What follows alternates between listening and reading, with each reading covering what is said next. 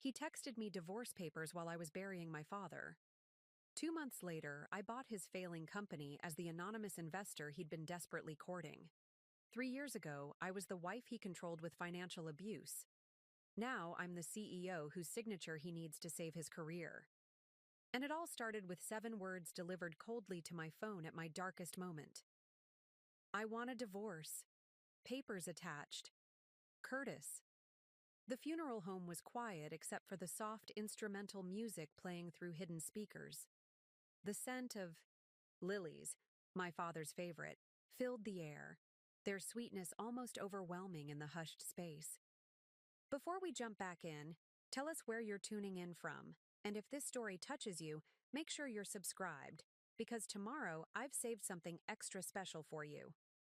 I stood in my simple black dress, receiving condolences from family and friends who had come to pay their respects to Judge William Foster, a man who had spent 30 years serving his community from the bench. My father had been my rock, my moral compass, the voice of wisdom I turned to whenever life became too complicated. His sudden heart attack had left a void I wasn't sure could ever be filled. And now, as I stood beside his casket, I felt my phone vibrate in my pocket, once, twice, 3 times. I ignored it. Whatever it was could wait. This moment was for my father. Aunt Vivian squeezed my hand. He was so proud of you, Ayame, the way you supported Curtis through building his business, putting your own dreams on hold. William always said you had your grandmother's strength.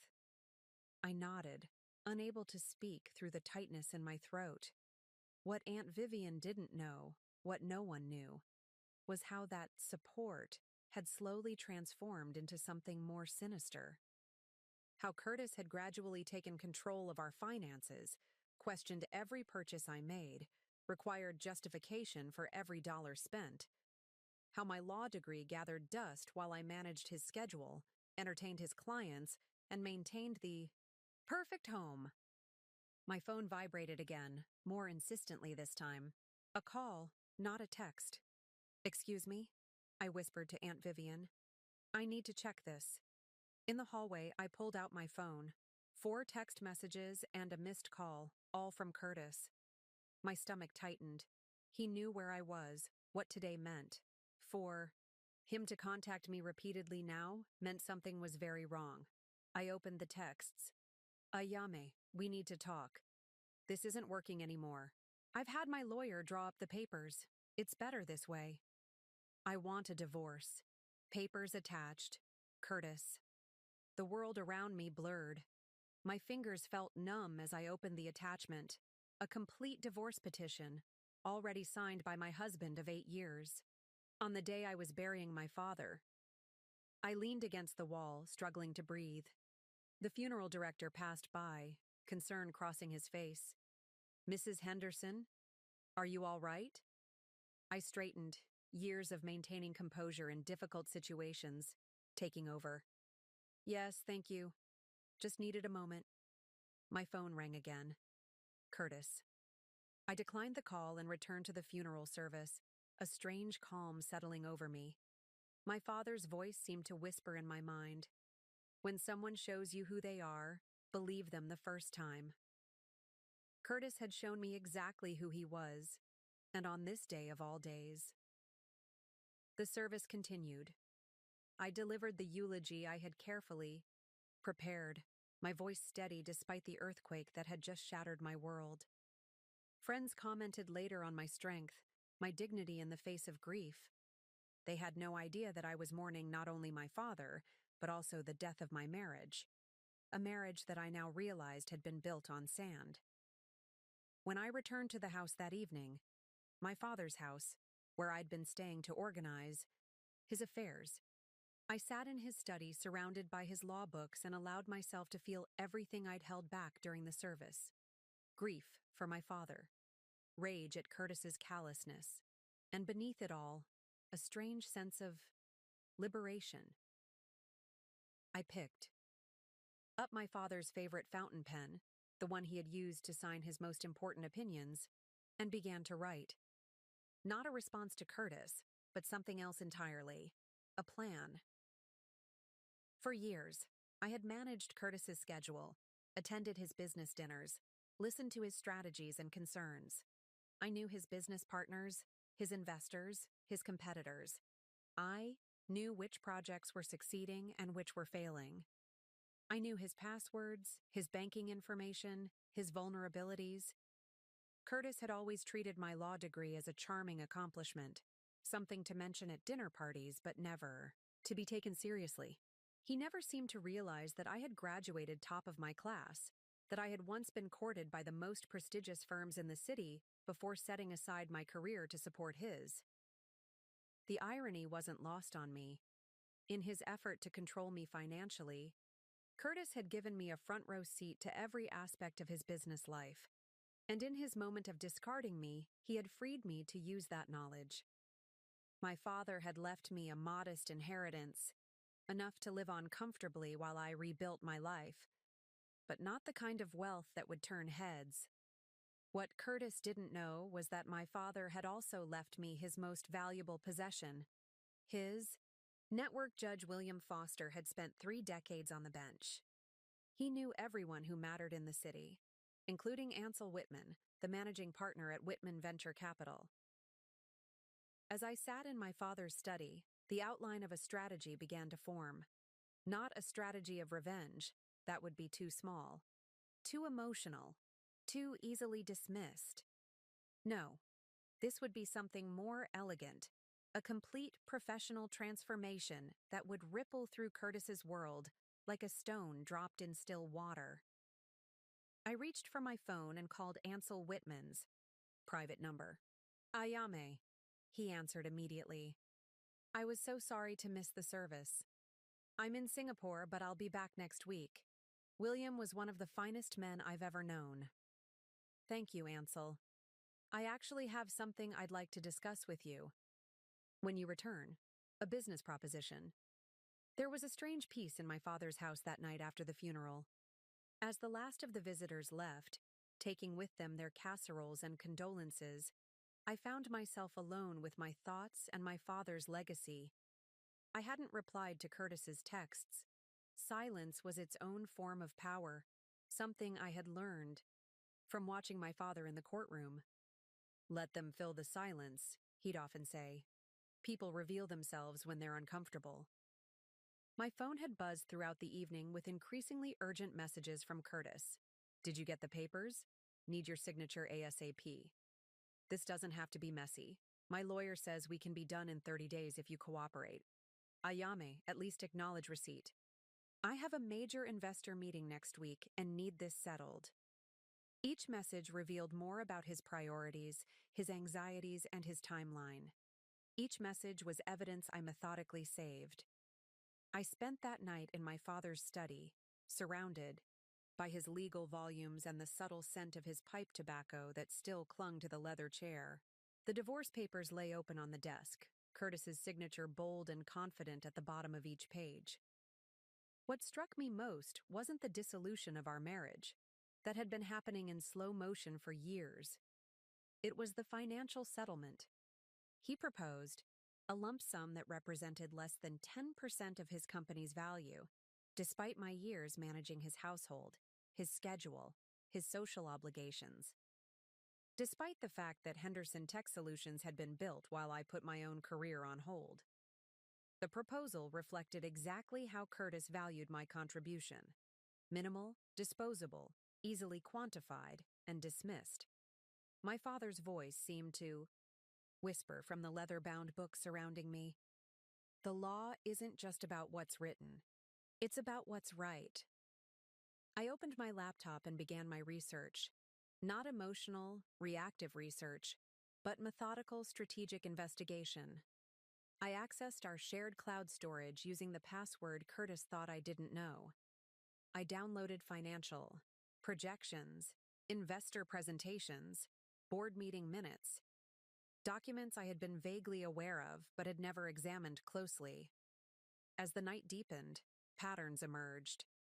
Henderson Tech Solutions was growing rapidly but stretched thin. The company had leveraged significant debt for expansion. Cash flow was problematic. And most importantly, Curtis was courting a major investor, the Regent Group, whose capital would either secure the company's future or, if withdrawn, potentially trigger a cascade of financial consequences. Preparing and narrating this story took us a lot of time, so if you are enjoying it, subscribe to our channel. It means a lot to us.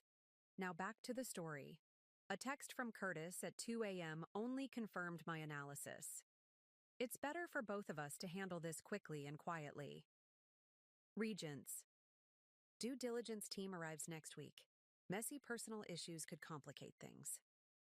I smiled for the first time that day. Curtis wasn't just being callous, he was being strategic. He wanted the divorce finalized before the Regent Group could discover it, before anyone could question the company's stability during this transition.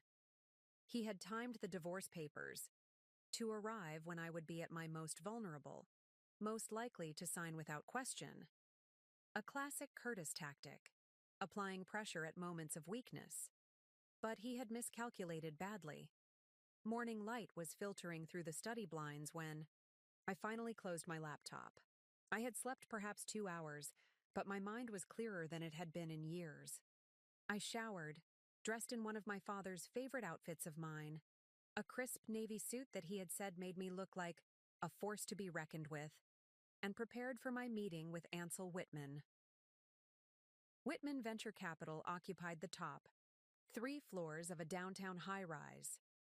The reception area featured stunning African art, Ansel's passion, and floor-to-ceiling windows that offered a commanding view of the city. I was shown immediately to his office. Ayame. Ansel rose from behind his desk, coming around to embrace me. He had known me since childhood, had been one of my father's closest friends. I'm so sorry about William. The world is diminished without him. Thank you for seeing me on such short notice, I said, taking the offered seat. William Foster's daughter never needs an appointment. His eyes, shrewd behind stylish glasses, studied me. But I sense this isn't a social call. It isn't. I placed my folder on his desk. I need your help with a business matter, one that requires both discretion and decisive action. Ansel smiled slightly. Now you sound exactly like your father. He sat back. Tell me. I laid out what I had learned about Henderson Tech Solutions, its potential, its vulnerabilities, Curtis's desperate need for Regent's investment. I explained my situation with clinical detachment, as if discussing a case study rather than my own marriage. Ansel listened without interruption, his expression giving nothing away. When I finished, he was silent for a long moment. What exactly are you proposing? He finally asked. I want Whitman Venture Capital to create a shell company that will approach Henderson Tech as a potential investor after Regent withdraws their offer. And why would Regent withdraw? I smiled. Because Tom Regent and my father played golf every Sunday for 20 years. Tom is attending my father's memorial reception tomorrow. Ansel leaned forward, his interest clearly piqued. You're suggesting we position ourselves as the only option after Regent pulls out, leaving Curtis desperate enough to accept terms he would normally reject. Precisely. Terms that would include a restructured board with me as chairperson. Curtis remains CEO but with significant oversight, and a comprehensive audit of all company finances before finalizing the investment. Ansel's eyebrows rose slightly. You want to take control of your husband's company. I want to take control of our company, I corrected. The one built on my sacrificed career, my connections, my labor. And the divorce? We'll proceed, but on very different terms than Curtis is expecting. Ansel studied me for another long moment. Then he chuckled softly. William always said you were the most strategic thinker he'd ever taught, even more than your law school professors. He reached for his phone. Let me call in Bobby Chen and Tom Peters. We'll need legal and financial frameworks to make this work. As Ansel made the calls, I felt a sense of calm purpose settling over me. This wasn't about revenge. Revenge would be emotional, reactive, ultimately hollow. This was about justice, about recognition of value, about correct attribution of contribution. My father had spent his life ensuring that justice was served in his courtroom. I would ensure it was served in my marriage and my professional life. Bobby Chen, Whitman's chief legal counsel, arrived first, a compact man with an encyclopedic knowledge of corporate law. Tom Peters, the financial strategist, followed shortly after. Within an hour, the outline of a plan was taking shape on Ansel's whiteboard. "We'll call it Onyx Innovations," Ansel said, writing the name at the top of the board. "Shell Company, privately held, with Ayami as the principal but unnamed investor." Bobby nodded, making notes. "Curtis won't be able to find the ownership structure without significant investigation. By then, it will be too late." "The timing is crucial," Tom added. "Regent needs to withdraw at precisely the right moment, when Curtis has no time to find alternative investors." I listened to these experts build on my initial concept, refining it into something elegant and irrefutable. For years, Curtis had treated me as decorative rather than strategic. He was about to discover how costly that misconception would be. My phone buzzed with another text from Curtis. "My lawyer needs an answer by tomorrow. Don't make this difficult, Ayami." I smiled as I placed the phone face down on the table. Curtis had no idea what difficult truly meant. But he would learn. My father's memorial reception was held at our family home, the elegant Victorian where I'd grown up watching him dispense wisdom to everyone from Supreme Court justices to the neighborhood children. The house was filled with judges, attorneys, and community leaders whose lives had been touched by William Foster's integrity and compassion. I moved through the rooms in a simple black dress, accepting condolences with quiet grace. To anyone watching, I was the grieving daughter, holding herself together through sheer will. Only I knew that beneath my composed exterior, strategic calculations were constantly running. Curtis was noticeably absent. He had sent an elaborate flower arrangement with a card expressing his deepest sympathies during this difficult time, as if he were a distant acquaintance rather than my husband of 8 years. The arrangement sat in the foyer, a silent testament to his priorities. He was too busy preparing for the Regent meeting to attend his father-in-law's memorial. His absence was, in its way, a gift. It allowed me to speak freely with Tom Regent when he arrived midway through the afternoon. Tom was in his 60s, with silver hair and the weathered face of a man who spent his weekends on the golf course regardless of weather. He embraced me, warmly. "Ayame, my dear. William was one of the finest men I've ever known. This world is poorer without him." "Thank you for coming, Tom," I said, leading him to a quiet corner of the study. "Father always looked forward to your Sunday games." Tom's eyes crinkled with fond remembrance. "He beat me more often than not. Said a judge had to have a better poker face than a businessman." He studied me for a moment. "You have his eyes. Same way of seeing right through pretense." I smiled slightly. "Perhaps that's why I've been thinking about something Father once told me about you. He said Tom Regent never makes an investment without understanding the personal character of those he's investing in." Tom's expression shifted subtly, becoming more attentive. "William understood business better than most judges. Character is the one variable that can't be quantified on a balance sheet. That's why I wanted to speak with you privately," I said. "About Henderson Tech Solutions." His eyebrows rose slightly. "Curtis's company? I have a preliminary meeting with them next week." "I know." I kept my voice steady, factual. "And before you proceed, there are elements of the company's situation and its leadership that you should be aware of." I handed him a folder, not filled with emotional accusations or personal grievances, but with carefully selected documents, financial projections that didn't align with the company's actual performance, evidence of cash flow issues carefully obscured in investor presentations, and a copy of the divorce papers Curtis had sent during my father's funeral. Curtis is presenting Henderson Tech as a stable, growing company with strong leadership, I said as Tom reviewed the documents. The reality is more complicated. Tom's expression darkened as he came to the divorce papers. He sent these during William's funeral?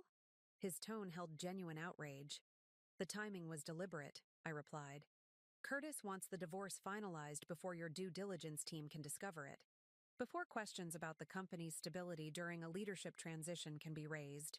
Tom closed the folder, his expression grim. William mentioned you had put your legal career on hold to support Curtis's business. I did more than put it on hold. I actively contributed to building Henderson Tech through my connections, my unpaid labor, and my support. Yet Curtis values that contribution at less than 10% of the company's worth. Tom was silent for a moment, his fingers tapping thoughtfully on the folder. Then he looked up at me with new respect. What exactly are you asking of me, Ayame? I'm not asking you to make or break a company based on personal matters, I said, carefully. I'm simply providing information that may be relevant to your investment decision. Tom smiled slightly. Just like your father, never telling people what to do, just making sure they have all the facts. He tucked the folder under his arm. Consider your information received. I'll have my team take a closer look at Henderson Tech's financials before we proceed further. As Tom rejoined the reception, I felt a calm certainty. The Regent investment, Curtis's financial salvation, was now in serious jeopardy. The next morning, I visited the offices of Davidson, Chen and Associates. Bobby Chen, who had been part of our planning meeting at Whitman Venture Capital, was waiting for me. Everything is prepared, he said, leading me into a conference room where documents were laid out on the polished table. The counter petition, the financial disclosure requirements, and the temporary injunction. I reviewed each document carefully, my legal training allowing me to understand every clause, every strategic implication. This wasn't just a divorce response. It was a precisely calibrated legal counter-move. The counter-petition rejected Curtis's proposed settlement and demanded full financial disclosure of all personal and business assets. The temporary injunction would prevent Curtis from making any significant business decisions, including accepting new investors, without court approval, until the financial disclosure was complete. If granted, the injunction would effectively freeze Curtis's ability to close any deal with a new investor, including our shell company, Onyx Innovations. But we had planned for that. The timing would be crucial. This is aggressive, Bobby noted, as I signed the documents. Curtis will fight it. Let him, I replied. Every hour he spends fighting this is an hour he's not securing new investment, and time is not on his side. The judge assigned to your case is Honorable Marcus Johnson, Bobby said. He served with your father on the bench for 15 years. Nodded, recognizing the name. He'll evaluate the injunction request fairly. That's all we need. As I left Bobby's office, my phone buzzed with a text from Curtis, the first in 24 hours. My lawyer hasn't heard from you. Deadline is today? Don't turn this into a battle you can't win, Ayame, I smiled slightly. Curtis had always underestimated me, treating my legal knowledge as theoretical rather than practical, my strategic thinking as non-existent rather than carefully concealed. That underestimation was about to become his greatest vulnerability. By afternoon, Curtis would be served with my counter petition and the temporary injunction at his office, publicly, visibly. His carefully maintained image of a successful CEO confidently expanding his business would be disrupted by the reality of a messy divorce and potential financial investigation. I sent a brief text to Ansel. Counter petition filed. Injunction requested. Proceed with Onyx preparations. The pieces were falling into place. The first move in our strategic game had been Curtis's cruel text during my father's funeral. The countermove was now mine, and Curtis had no idea what was coming. Henderson Tech Solutions occupied 3 floors of the glass and steel Millennium Tower downtown. I had helped select the location 3 years earlier, recognizing that the prestigious address would lend credibility to Curtis's growing company. The building's soaring atrium featured a coffee shop with an excellent view of the main entrance, the perfect place for me to wait. Curtis didn't know I was there, of course. As far as he was concerned, I was still secluded in grief at my father's house, hopefully reviewing his divorce papers. He had no idea I was sipping a latte, watching the main entrance at precisely 2:15 p.m. when Bobby Chen's process server, a tall woman in a tailored suit, entered the building. My phone buzzed with a text from the process server. In the elevator. Receptionist confirmed he's in his office. I set my phone down and waited. The legal documents would be delivered in full view of Henderson Tech's reception area, a strategic decision. In the corporate world, perception was reality. And the perception of a CEO being served divorce papers with a temporary injunction against making business decisions would ripple through the company within hours. 20 minutes later, my phone buzzed again. Delivery complete. Subject visibly agitated. Requested privacy denied. Documents served in reception area with witnesses. I smiled slightly, imagining the scene. Curtis prided himself on controlling his image. Being served legal papers that challenged his authority, both personal and professional, in front of his employees, would be particularly galling. As if on cue, my phone rang. Curtis. I let it ring through to voicemail, then listened to his message. What the hell is this, Ayame? An injunction? Financial disclosure? Have you lost your mind? Call me back immediately. His voice held that familiar tone. Controlled anger masking panic. The voice he used when things weren't going according to his plan. I had heard it often during our marriage, usually when a business deal was faltering. I texted Bobby. Delivery confirmed. Curtis called, proceeding as planned. Bobby's response came quickly. Judge Johnson reviewing injunction request. Decision. Expected by tomorrow morning. Perfect timing. If the injunction was granted, and with Judge Johnson's history with my father, I felt confident it would be, Curtis would be legally prevented from finalizing any investment deal until our divorce. Proceedings included full financial disclosure. Meanwhile, according to Ansel, Tom Regent had already instructed his team to delay their scheduled meeting with Henderson Tech, citing concerns about financial projections that require further investigation.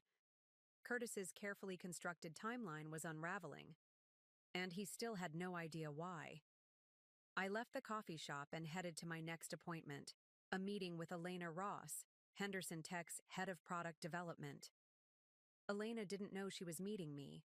She thought she was having coffee with a potential investor interested in her expertise. The investor was actually me, using my maiden name. Gaining insight from Henderson Tech's employees without raising suspicion was a crucial part of our strategy. Elena, according to my research, was brilliant but undervalued. Her innovations often credited to others, typically men, in the company. She would have unique perspective on both the company's actual technological position and its internal culture. As I drove to the meeting, my phone buzzed repeatedly with texts and calls from Curtis. I ignored them all. Strategic silence remained my most powerful tool at this stage. The cafe where I'd arranged to meet Elena was deliberately chosen, far enough from Henderson Tech's offices to be discreet, upscale enough to signal serious investment interest. I arrived early, selected a quiet corner table, and waited. Elena arrived precisely on time, a woman in her early 30s with intelligent eyes and a cautious demeanor. I recognized her from company events where she had been introduced as a team member rather than by her actual title. Ms. Ross? I'm Ayame Foster, I said, using my maiden name as we shook hands. Thank you for meeting me. Your message mentioned interest in Henderson Tech's development pipeline, she said, getting directly to business. Among other things, I replied. I represent investors who are considering Henderson Tech as a potential opportunity, but we have some concerns about the company's internal structure and leadership. Elena's expression remained carefully neutral, but I noticed a slight tensing in her shoulders. What kind of concerns? The kind that someone in your position might have unique insight into, I said. Everything discussed here is confidential. Of course. For the next hour, Elena provided a candid assessment of Henderson Tech's technological position, stronger than Curtis represented in some areas, significantly weaker in others. More tellingly, she described a corporate culture where women's contributions were systematically minimized, where loyalty to Curtis was valued above innovation, and where financial pressures were creating increasing internal strain. The Regent. Investment is supposed to solve everything, she said toward the end of our conversation, but many of us are skeptical. Throwing money at structural problems rarely fixes them. And if the Regent investment doesn't happen? I asked. Elena sighed. Then we have maybe 2 months of operating capital left. Curtis has put everything into expansion, with very little reserve. As we concluded our meeting, I handed Elena my card. Not a Henderson Tech spouse card, but a new one identifying me as a consultant with Whitman Venture Capital. If things change at Henderson Tech, for better or worse, I'd be interested in continuing our conversation, I said. Elena studied the card thoughtfully. You're not really just an investor, are you? I smiled. Let's just say I have a vested interest in seeing Henderson Tech achieve its full potential, with the right leadership. As I drove back to my father's house, my phone rang again. Curtis. This time, I answered. Where have you been? He demanded without preamble. Do you have any idea what you've done with this injunction nonsense? Hello, Curtis, I replied calmly. I received your divorce papers during my father's funeral. I've had time to review them with my attorney. We found your proposed settlement inadequate. This isn't about the settlement, he snapped. It's about the timing. I have critical business decisions that can't wait for some drawn-out financial disclosure. You mean the Regent investment? I asked innocently. There was a pause. Then, how do you know about Regent? I know many things you assume I don't, Curtis. That's becoming a pattern. Ayame, be reasonable.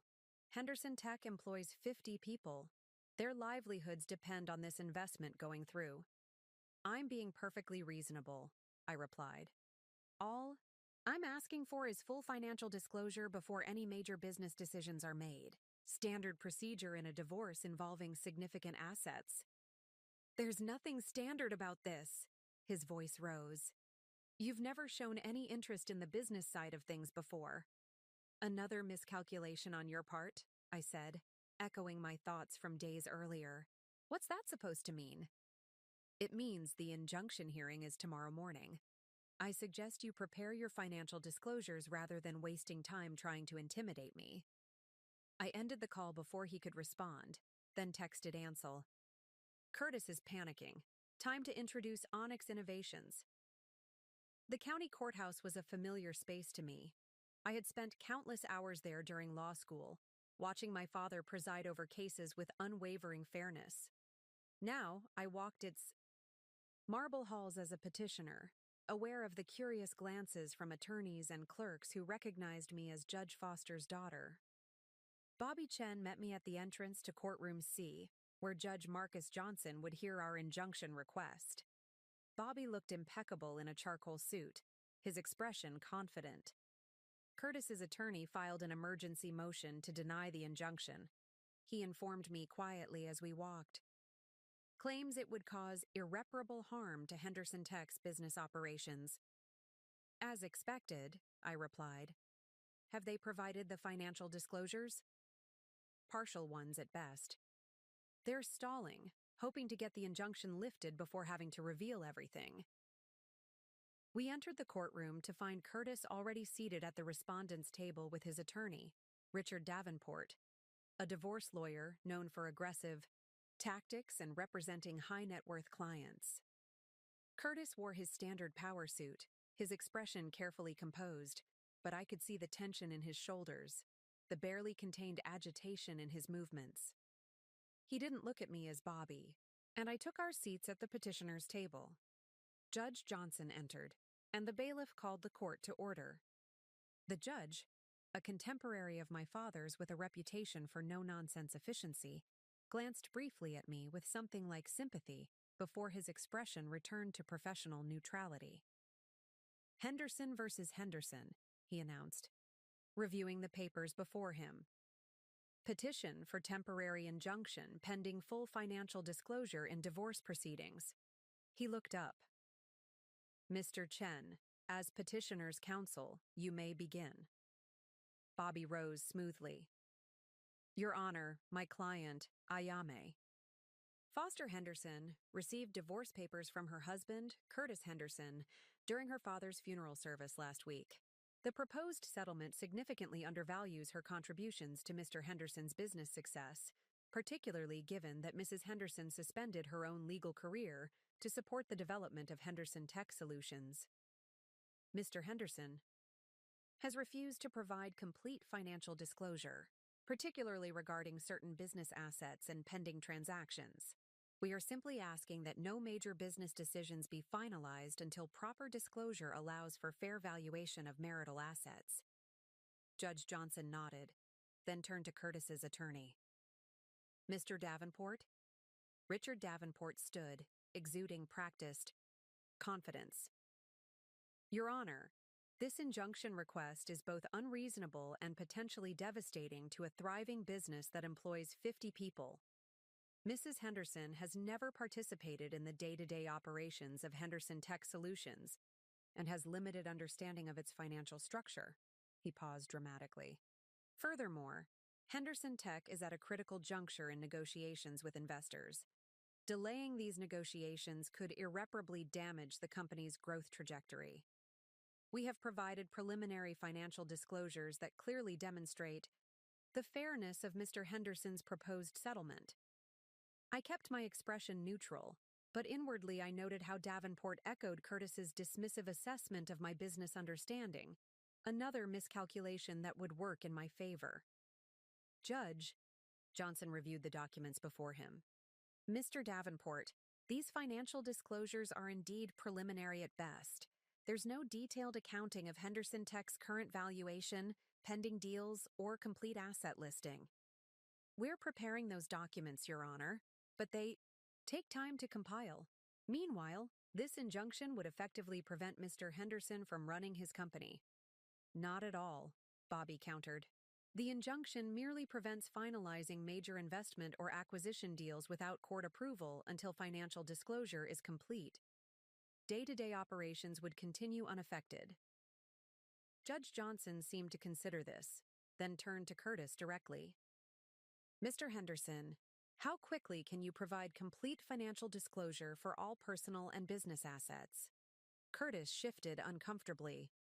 "Your Honor, as my counsel explained, compiling comprehensive financial documentation for a tech company with multiple product lines and international clients is complex.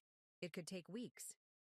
"I see," Judge Johnson replied, his tone suggesting he saw more than Curtis might like. "And these investor negotiations Mr. Davenport mentioned, how imminent are they?" Curtis hesitated, caught between contradicting his attorney's urgency claims and admitting the negotiations couldn't wait for financial disclosure. "We have interested parties currently conducting due diligence. Timing is sensitive, Judge." Johnson nodded, then delivered his ruling with the decisive clarity I remembered from my father. "The court grants the temporary injunction. Mr. Henderson is prohibited from finalizing any major business transactions, including investment deals or acquisitions exceeding $50,000, without either Mrs. Henderson's written consent or court approval following complete financial disclosure." Curtis's face darkened, but Judge Johnson wasn't finished. "Mr. Henderson, you have 7 business days to provide complete financial disclosure of all personal and business assets. Failure to comply will result in additional restrictions." He fixed Curtis with a stern look. "This court takes a dim view of attempting to rush divorce proceedings to facilitate business deals, particularly when one party is grieving the loss of a parent. The gavel fell, and Curtis immediately turned to confer with his attorney, still avoiding looking at me directly.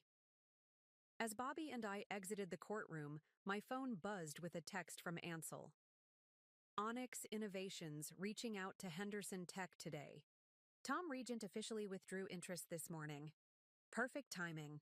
Curtis's world was contracting and expanding simultaneously, losing his expected investor while gaining an unexpected one, all while his legal and financial control diminished. Outside the courthouse, Curtis finally approached me, stepping directly into my path as I prepared to leave.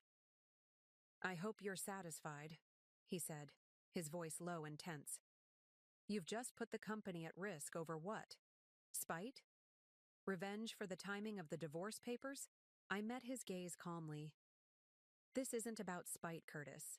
It's about accurate valuation of assets, including my contribution to building Henderson Tech." "Your contribution?" he scoffed. "You hosted dinner parties and managed the household calendar. I built the technology, secured the clients, created the business model." "Is that really how you see it?" I asked, genuinely curious about his perception. "You never once considered that my legal background might be relevant to contract negotiations? That my social connections brought in half your initial clients? That the algorithm I helped refine made your supply chain management system marketable?" Confusion flickered across his face. "That's not—" "It is," I interrupted. "And that's exactly why this injunction matters. You've fundamentally misunderstood my role and contribution for years." I moved to step around him. "You should focus on preparing those financial disclosures, Curtis. 7 days isn't much time." "Regent pulled out this morning," he said abruptly, an edge of desperation in his voice. "We need that investment to continue operations beyond the next quarter." I paused, allowing a hint of compassion to enter my expression. "Then I suggest you explore other options quickly. The injunction doesn't prevent new negotiations, just finalizing deals without proper disclosure." As I walked away, I heard Curtis's phone ring. I didn't need to look back to know it would be Henderson Tech's receptionist, informing him that representatives from a previously unknown investment group called Onyx Innovations had requested a meeting. The next phase was beginning, right on schedule. Onyx Innovations was a masterpiece of corporate illusion. Within 48 hours, Ansel's team had created a complete corporate identity, website, business profiles, digital footprint, for a company that didn't actually exist. The site featured sleek design, carefully worded mission statements about identifying transformative technologies, and professional biographies of executives who were actually Whitman Venture Capital employees using pseudonyms.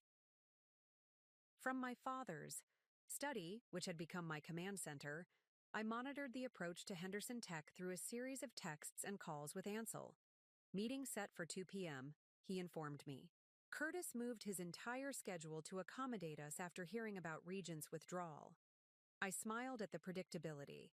Curtis always responded to pressure by accelerating rather than reassessing, a tendency I was counting on.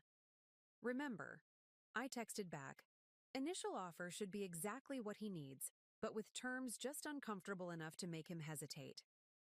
"Tom and Sarah are thoroughly prepared," Ansel replied, referring to the Whitman employees who would represent Onyx. "They'll report back immediately after." While waiting for news of the meeting, I focused on another critical aspect of our strategy. I had engaged a forensic accountant, Dr. Layla Patel, one of my father's expert witnesses in financial fraud cases, to analyze what we already knew about Henderson Tech's finances. Dr. Patel's preliminary findings had confirmed my suspicions. Curtis had been systematically undervaluing company assets in his divorce filing, while simultaneously inflating projections for potential investors. More concerning, she had identified transfers to offshore accounts that appeared designed to shield assets from both tax authorities and divorce proceedings. This information needed careful handling. Exposed too soon, Curtis might find ways to cover his tracks. Held too long, it might not serve its strategic purpose. Timing, as my father always said, was everything. My phone rang. Bobby Chen. Judge Johnson was more decisive than we expected, he said without preamble. He's granted our motion for expedited discovery, which means Curtis must provide complete financial records within 7 days, instead of the usual 30. How did Davenport respond? Filed an immediate objection, claimed it was impossible to compile everything that quickly. Judge Johnson wasn't sympathetic. Said if Henderson Tech's financial systems were as sophisticated as they claimed in their marketing materials, producing records should be trivially simple. I smiled at the judge's perception. Curtis will have to choose between admitting financial disorganization or complying quickly. Either way, it works in our favor, Bobby agreed. Oh, and Davenport tried to introduce a motion restricting you from contacting Henderson Tech employees. Judge Johnson denied it unless they can show actual interference. That was useful information. It meant Curtis was concerned about me reaching out to his staff. Perhaps he'd heard about my meeting with Elena, or perhaps he simply feared what his employees might reveal. As I ended the call with Bobby, a text came through from Ansel. Meeting. Concluded. Sending Tom and Sarah to brief you in person? Curtis's reaction exactly as anticipated. 30 minutes later, Tom Peters and Sarah Liu, the Whitman employees who had represented Onyx Innovations, arrived at my father's house. They looked perfectly cast as tech investors, from their business casual attire to their understated but expensive accessories. Curtis was visibly relieved when we expressed interest, Sarah began as we settled in the study. The desperation was thinly veiled behind standard CEO confidence. Tom nodded in agreement. We presented exactly as planned, an investment group specifically interested in supply chain management technology, impressed by Henderson Tech's innovations, concerned about certain financial indicators. His response? I asked. Defensive. About the financials, though he tried to disguise it as growth-focused strategy, Sarah replied. He admitted Regent's withdrawal, but framed it as a mutual decision to pursue different directions. When we mentioned the specific investment amount, exactly what Dr. Patel calculated he needs for the next 6 months of operations, his eyes literally widened, Tom added. It was clearly the figure he needed to hear. And the terms? I asked. That's when things got interesting, Sarah said, a slight smile playing at her lips. We presented the first stage terms, capital injection in exchange for board representation, and oversight of major financial decisions. Curtis initially balked, said Henderson Tech has always maintained founder control. But then we mentioned that we're considering several investments in the sector, and this was just an initial discussion, Tom continued. His demeanor shifted immediately. He became much more accommodating, asked what would be needed to move forward expeditiously. Which is when we introduced the second stage terms, Sarah added. Due diligence completed within 2 weeks. Restructured board with Onyx Holding. 3 of 7 seats. Comprehensive audit of all financial systems before finalizing. I nodded, picturing Curtis's reaction. He would hate the loss of control, but would be trapped by his financial timeline. And his response? He said he needs to consult with his team, but he's already scheduled a follow-up meeting for tomorrow, Tom replied. And he asked repeatedly about our timeline for finalizing the investment. Did he mention the injunction? I asked. Sarah nodded. Near the end. Said there was a temporary legal matter that might require court approval for finalizing any investment, but assured us it was a formality that wouldn't impact the company's operations. Minimizing as expected, I murmured. Did he ask about Onyx's background or investors? Repeatedly, Tom confirmed. We gave the prepared responses. Private investment group, confidential limited partners, specializing in undervalued tech companies with strong intellectual property. He tried to research us during the meeting, Sarah added with a slight smirk. I saw him searching on his phone under the table. The Onyx digital footprint you created held up perfectly. I felt a sense of satisfaction at how precisely our strategy was unfolding. Curtis was responding exactly as predicted, pursuing the Onyx opportunity with minimal due diligence because he was desperate for capital, while simultaneously trying to circumvent the injunction's restrictions. "What's our next move?" Tom asked. "Maintain exactly this posture," I replied. "Interested but discerning. Willing to move quickly but requiring transparency. Curtis needs to believe Onyx is his salvation, but with conditions just uncomfortable enough to keep him off balance." As Tom and Sarah left to prepare for tomorrow's follow-up meeting, my phone buzzed with a text from Curtis, the first direct communication since our courthouse encounter. "We need to discuss the injunction. I have potential investors who can save the company, but your legal maneuvers are creating obstacles. This isn't just about us anymore. It's about the livelihoods of 50 employees. Call me." I set the phone down without responding. Curtis was now exactly where I needed him to be, desperate enough to make concessions, constrained by legal requirements, and unaware of who was really behind Onyx Innovations. The pieces were aligning perfectly. Strategic patience was a lesson my father had taught me throughout my childhood. "The law moves at its own pace," he would say. "Those who try to rush it often trip over their own eagerness." As I monitored Curtis's increasingly frantic attempts to simultaneously court Onyx Innovations and circumvent the injunction, I remembered those words. 3 days had passed since the injunction hearing. Curtis had called 6 times and sent 14 text messages, each more urgent than the last. I maintained my deliberate silence, allowing his anxiety to build. Meanwhile, Onyx representatives had conducted a second meeting at Henderson Tech, requesting detailed financial information that Curtis was reluctant but desperate to provide. My phone buzzed with a call from Elena Ross, Henderson Tech's head of product development, whom I'd met previously under my maiden name. "Ms. Foster?" she said when I answered, her voice low as if she were calling from somewhere private. "This is Elena Ross from Henderson Tech.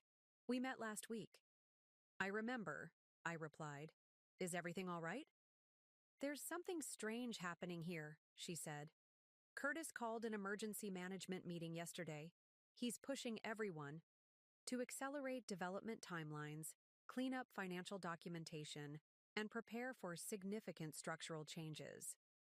He mentioned new investors, but he's being unusually secretive about who they are." This was valuable information. Curtis was preparing Henderson Tech for Onyx's due diligence while trying to present a more organized operation than actually existed. "Has he mentioned the legal injunction?" I asked. "Not directly, but Richard from legal has been in Curtis's office for hours every day. The rumor is there's some legal obstacle to finalizing the investment." She paused. "Also, Curtis has been asking unusual questions about who I've spoken with recently. It felt targeted." "Thank you for telling me," I said. "If you feel your position is at risk in any way, please let me know."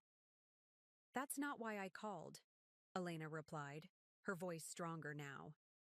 "I called because I finally looked you up. Ayami Foster, Henderson. You're Curtis's wife." I hadn't expected this development so soon, but I remained calm. "Yes, we're currently separated. And you're obviously involved in whatever's happening with the company." It wasn't a question. I don't care about the personal drama, but I do care about the future of my team and our technology. Are you trying to destroy Henderson Tech? Quite the opposite, I assured her. I'm trying to ensure it fulfills its potential with proper leadership and financial management. There was a long pause. I've watched Curtis take credit for other people's innovations for years, Elena finally said. Especially women's work. Whatever you're doing, well, let's just say I'm not the only one who wouldn't mind seeing some accountability. After ending the call, I contacted Bobby Chen to update him on the situation at Henderson Tech. Curtis filed a motion to modify the injunction this morning, Bobby informed me. Claims he needs to secure emergency funding to maintain operations and can't wait for complete financial disclosure. Exactly as expected, I replied. What's our counter? We've already filed it. We're not opposing modification of the injunction. We're simply requesting that any investment agreement be reviewed by the court before finalization, with our forensic accountant allowed to examine the terms. This approach was strategically calibrated. By not directly opposing the modification, we appeared reasonable while still maintaining oversight. Curtis would be caught between revealing the Onyx deal to the court and our scrutiny, or abandoning his best funding option. Later, that afternoon, Ansel called with an update from the Onyx team's second meeting. Curtis is getting desperate, he reported. He's offering additional equity to speed up the process, practically begging for a preliminary commitment letter he can show to interested parties. By which he means the court, I noted. Precisely. Sarah told him Onyx requires full financial transparency before issuing any commitment letters. He practically turned gray. And the forensic audit requirement? He tried to negotiate it down to a standard review, but Tom held firm. Curtis finally agreed but requested the audit be conducted by a firm of his choosing. Tom countered that Onyx would select from a list of 3 reputable firms. Curtis reluctantly accepted. I smiled at the precision of our approach. Each concession Curtis made pulled him further into our carefully constructed web. The due diligence team should focus particularly on the offshore accounts Dr. Patel identified, I instructed. But don't reveal we know about them yet. That evening, my phone rang again. Curtis's attorney, Richard Davenport. Mrs. Henderson, he began formally. I'm calling to propose a settlement conference. My client is prepared to make significant concessions to resolve this matter quickly. What kind of concessions? I asked, although I already knew what was coming. An increased settlement figure. 15% of Henderson Tech's current valuation instead of 10, plus the house and all personal property. I almost laughed at the minimal increase. Mr. Davenport, your client's definition of significant needs recalibration. What else? Davenport cleared his throat. In exchange, Mr. Henderson requests immediate lifting of the injunction to allow for a pending investment opportunity. The mysterious Onyx Innovations? I asked innocently. There was a pause. You're aware of them? I make it my business to be informed, Mr. Davenport, and my answer is no. I won't accept an arbitrary percentage based on a valuation your client controls. I require full financial disclosure as ordered by the court. Mrs. Henderson? Davenport's tone grew sharper. Your insistence on this injunction is jeopardizing Henderson Tech's future. If the company fails due to inability to secure investment, there will be nothing left to divide in the divorce. Then perhaps your client should provide the court-ordered financial disclosure more quickly, I suggested. Judge Johnson gave him 7 days. It's been 3. After ending the call with Davenport, I sent a text to Bobby. Settlement offer made and rejected. 15% and lifting the injunction. Bobby's response came quickly. Predictable and inadequate. Curtis filed financial disclosures today, clearly rushed and incomplete. Judge Johnson has scheduled a hearing for day after tomorrow to review compliance. Everything was proceeding according to plan. Curtis was attempting to resolve the situation through increasingly desperate measures, offering slightly better settlement terms, filing incomplete financial disclosures, pushing for modification of the injunction. Meanwhile, Onyx Innovations continued to present itself as Henderson Tech's potential salvation, always just out of reach unless Curtis met their increasingly demanding conditions. The pressure was building exactly as designed, forcing Curtis to make mistakes that would ultimately reveal the true nature of Henderson Tech's finances and his deliberate undervaluation of my contribution. My phone buzzed with yet another text from Curtis. This is ridiculous. You're going to destroy everything we built because of a petty grudge over divorce timing. The company needs this investment to survive. Name your price. I set the phone down without responding, smiling slightly at his choice of words. Everything we built, he had said, finally acknowledging my contribution. however unintentionally. Progress, however small, was still progress. The hearing to review Curtis's financial disclosures was scheduled for 9 a.m. in Judge Johnson's courtroom. I arrived early with Bobby Chen, armed with Dr. Patel's preliminary analysis of the documents Curtis had hastily submitted. His disclosures are deliberately incomplete, Dr. Patel had concluded in her report. Key accounts are missing, international holdings are undisclosed, and the company valuation relies on outdated projections that significantly understate current worth. Bobby and I reviewed our strategy one final time before entering the courtroom. Curtis and Richard Davenport were already there, Curtis looking noticeably more disheveled than usual. The perfectly pressed suits and immaculate appearance that had been his trademark were showing signs of strain, his tie slightly askew, faint shadows under his eyes suggesting sleepless nights. Judge Johnson entered, and the proceedings began, with Davenport arguing that Curtis had complied with the court's order for financial disclosure. My client has provided comprehensive documentation of Henderson Tech's finances and personal assets, Davenport insisted. Any suggestion of incomplete disclosure is simply Mrs. Henderson's attempt to delay proceedings and further damage the company's ability to secure necessary investment. Bobby rose in response. Your Honor, we've had our forensic accountant review Mr. Henderson's disclosures. Her report, which I've submitted to the court, identifies numerous omissions and inconsistencies. He proceeded to methodically outline the missing information, including the offshore accounts and undervalued assets. Judge Johnson reviewed Dr. Patel's report with growing concern, occasionally glancing at Curtis with the same expression my father used when he suspected a witness wasn't being entirely truthful. Mr. Henderson, the judge finally said, these disclosures appear to be significantly incomplete. Dr. Patel has identified at least 3 accounts that don't appear in your documentation, as well as a concerning pattern of asset transfers over the past 6 months. Curtis leaned forward, his expression a careful blend of confusion and concern. Your Honor, I provided everything my financial team prepared. If there are discrepancies, they're clerical errors, not deliberate omissions. It was a clever attempt to distance himself from the incomplete disclosures by blaming his financial team. I had anticipated this defense. It was classic Curtis, deflecting responsibility when confronted with mistakes. Judge Johnson wasn't impressed.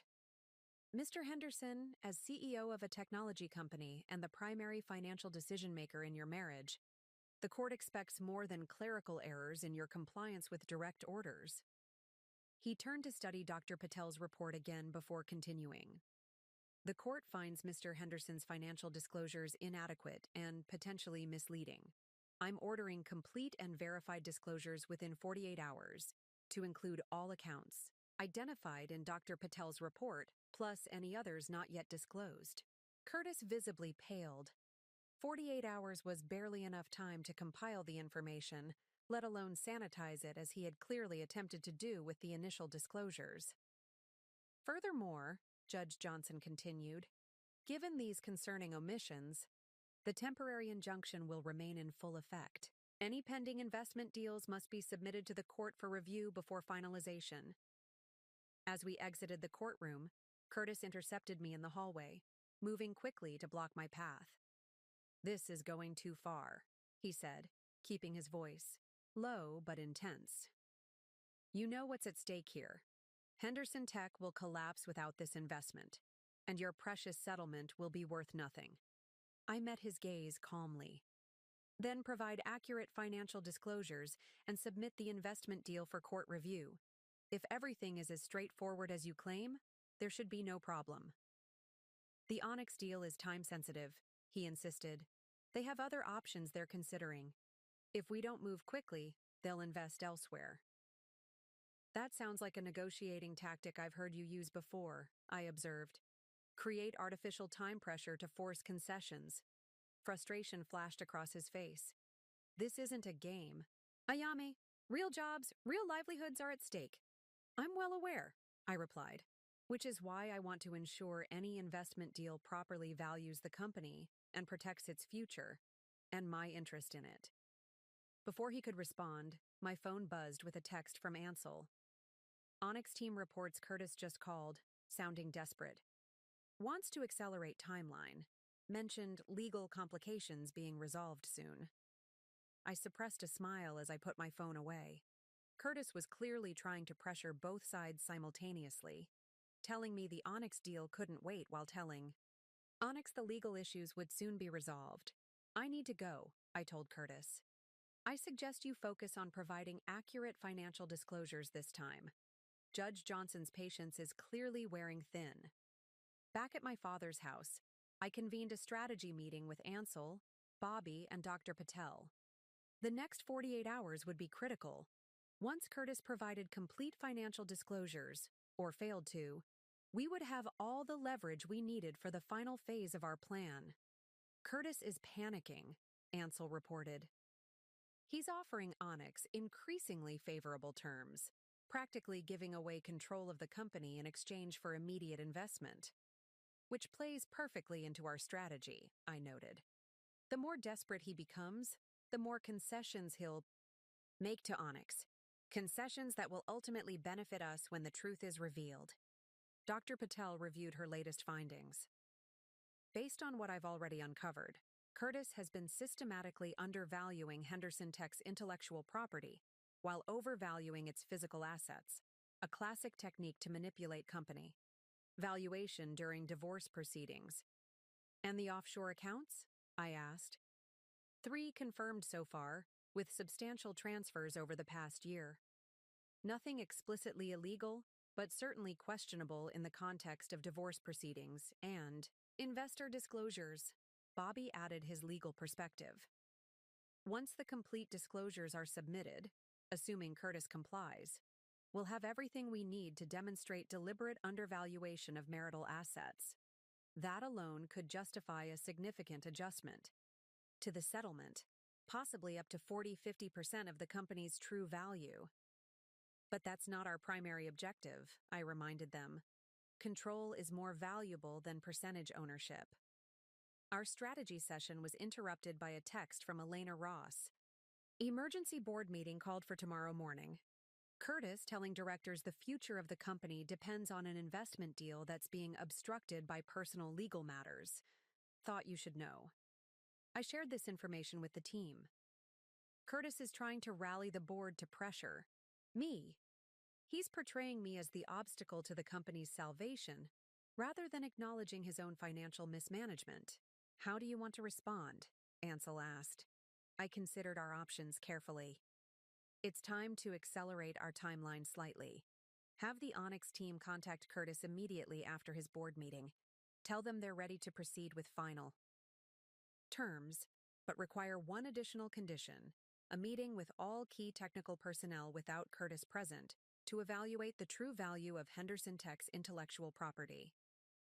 He'll hate that, Ansel noted with a slight smile.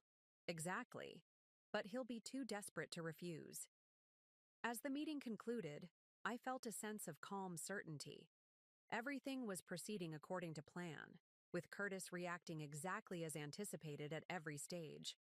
His desperation was growing, his options narrowing, and his control slipping away, all while he remained completely unaware of who was really behind Onyx Innovations. The next phase would bring us one step closer to the final revelation. The Henderson Tech Solutions conference room had floor-to-ceiling windows overlooking the city skyline, a view I had helped select for its ability to impress clients and investors.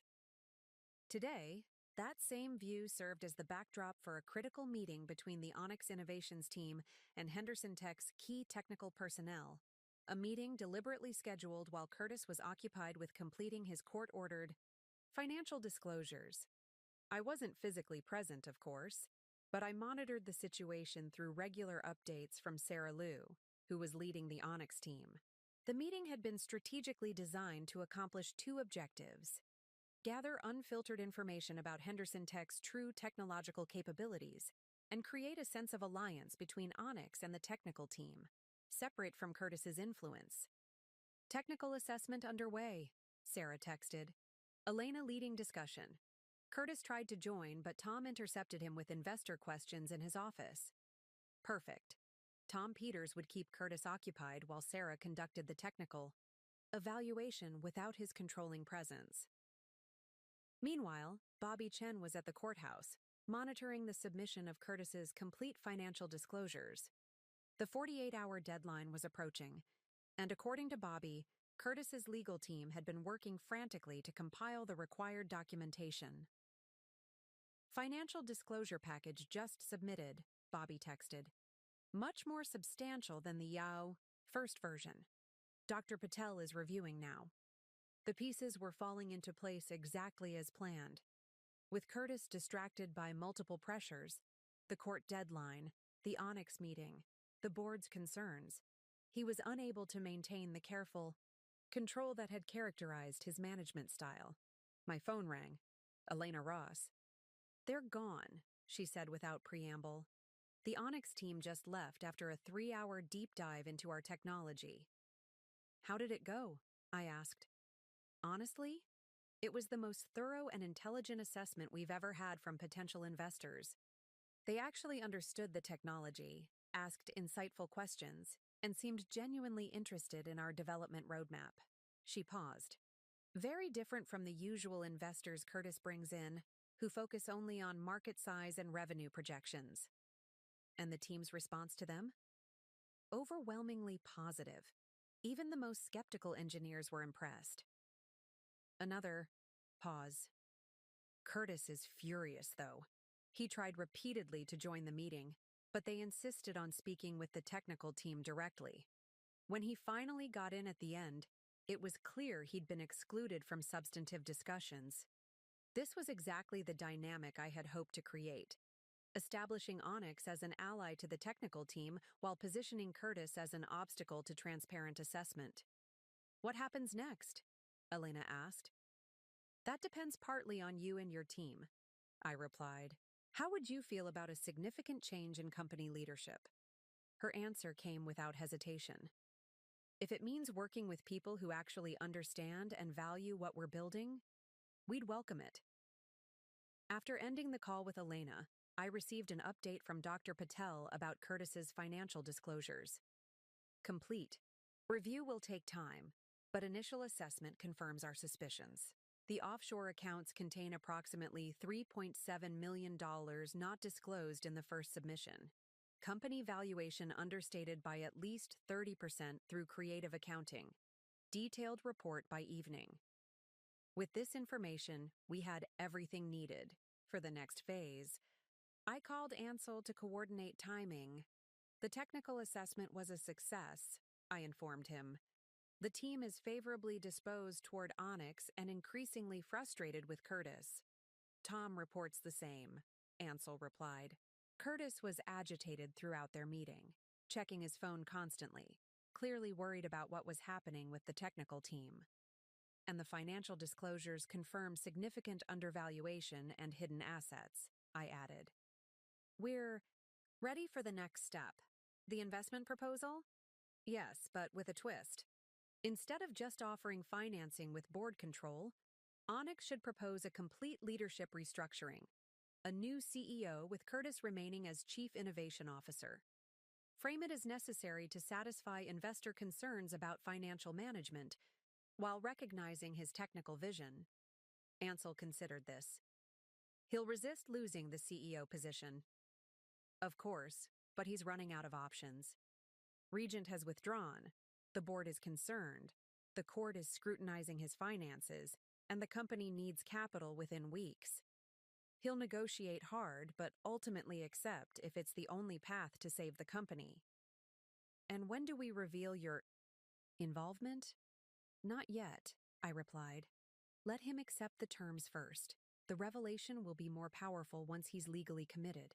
That evening, we gathered at my father's house to review all developments. Dr. Patel presented her complete analysis of Curtis's financial disclosures, confirming systematic undervaluation of company assets and questionable financial management. Based on proper accounting standards, Henderson Tech is worth approximately 40% more than the valuation Curtis presented in his initial divorce filing, she concluded. Additionally, the offshore accounts contain funds that appear to have been deliberately shielded from both tax authorities and divorce proceedings. Bobby Chen outlined the legal implications. This gives us significant leverage. Judge Johnson has already expressed concern about Curtis's incomplete disclosures. This evidence of deliberate undervaluation would likely result in punitive measures in divorce proceedings. But we're not going to bring this to the judge immediately, I clarified. It's more valuable as leverage in the Onyx negotiations. Tom and Sarah provided their assessment of Henderson Tech's technical capabilities, confirming what I had suspected. The company's core technology was innovative and valuable, but its financial management and leadership structure were deeply flawed. The technical team is impressive, Sarah reported. They've developed genuinely innovative solutions with minimal resources. With proper leadership and financial support, Henderson Tech could be significantly more successful. And the team's loyalty appears to be to their technology, and each other not to Curtis, Tom added. Eleanor Ross in particular commands tremendous respect from the engineers. As our strategy session concluded, a text came through from Ansel, who had been meeting with Henderson Tech's board members confidentially. Board increasingly concerned about Curtis's leadership. Two members independently asked about the possibility of new management as part of investment deal. Groundwork laid for leadership change proposal. I smiled at how perfectly all elements were aligning. Curtis had built a company culture where he took credit for others' work, maintained control through intimidation rather than leadership, and treated financial management as a tool for personal enrichment rather than company stability. Now that same culture was turning against him, with board members, technical staff, and investors all questioning his leadership while he remained oblivious to the true forces at work. My phone buzzed with yet another text from Curtis. Financial disclosures. Submitted as ordered. I've met all court requirements. Now lift the injunction so we can close this investment deal. Henderson Tech won't survive another month without capital. Once again, I didn't respond. Curtis's desperation was palpable, his demand reflecting his fundamental misunderstanding of both the legal process and his position. The injunction couldn't simply be lifted by my decision. It required court action based on compliance with financial disclosure requirements. More importantly, he still had no idea that his potential savior, Onyx Innovations, was actually the instrument of his reckoning. Tomorrow, Onyx would present its leadership restructuring proposal, forcing Curtis to choose between his ego and the company's survival. The choice would define everything that followed. The Henderson Tech boardroom was set for the most important meeting in the company's history. Onyx Innovations representatives would present their formal investment proposal, the proposal that could either save the company or fundamentally transform it, depending on one's perspective. I monitored developments from my father's study, receiving regular updates from Ansel, who was attending as a special advisor to Onyx, a role that allowed him to observe without raising questions about his connection to me. Board members all present, Ansel texted. Curtis trying to project confidence, but clearly anxious. CFO looks terrified, keeps checking financial projections on his tablet. The company's financial situation had deteriorated exactly as we had projected. Without new investment, Henderson Tech would be unable to meet its next payroll, a fact the CFO knew but Curtis had attempted to conceal from the board. Onyx team arriving now, came Ansel's next update. Tom and Sarah plus 2 financial analysts. Very professional entrance. Curtis practically jumping to greet them. I could picture the scene perfectly. Curtis employing his practiced charm, the desperate CEO disguised as the confident visionary. It was a performance I had witnessed countless times at investor meetings and client presentations. Meanwhile, Bobby Chen was at the courthouse, waiting for Judge Johnson's ruling on Curtis's updated financial disclosures. The timing had been carefully coordinated.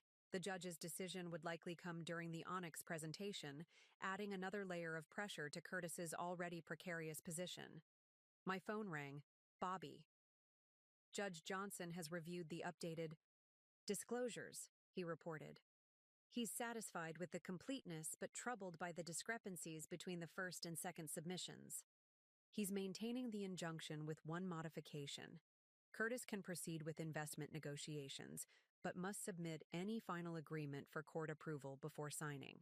Perfect, I replied. That gives us exactly the leverage we need for the next phase. I relayed this information to Ansel, who would ensure it reached Tom and Sarah at the appropriate moment in their presentation. For the next hour, I waited for updates, reviewing our strategy one final time. Every element had been carefully calibrated to bring us to this moment, the moment when Curtis would have to choose between his ego and his company's survival. Presentation underway, Ansel texted. First phase standard investment overview, $7.5 million capital injection. Curtis nodding eagerly. This initial figure was deliberately calculated. Exactly what Henderson Tech needed to stabilize operations for the next 6 months, but not enough for significant expansion. The amount would save the company, but keep Curtis dependent on Onyx's continuing support. Second phase governance changes introduced. New board structure with Onyx majority. Curtis frowning but still engaged. The board restructuring had been anticipated. Curtis would resist, but ultimately accepted as necessary to secure funding. The real test would come with the next phase. Leadership restructuring proposal presented. Curtis as CIO, new CEO to be appointed by Onyx. His face just went blank. This was the pivot point, the moment when Curtis realized he would lose his title and public role as CEO. For someone whose identity was so thoroughly wrapped up in his position, this would be nearly unendurable. Curtis objecting strenuously. Claiming company needs his leadership. Tom calmly explaining investor confidence requires financial management expertise Curtis hasn't demonstrated. I could imagine the scene.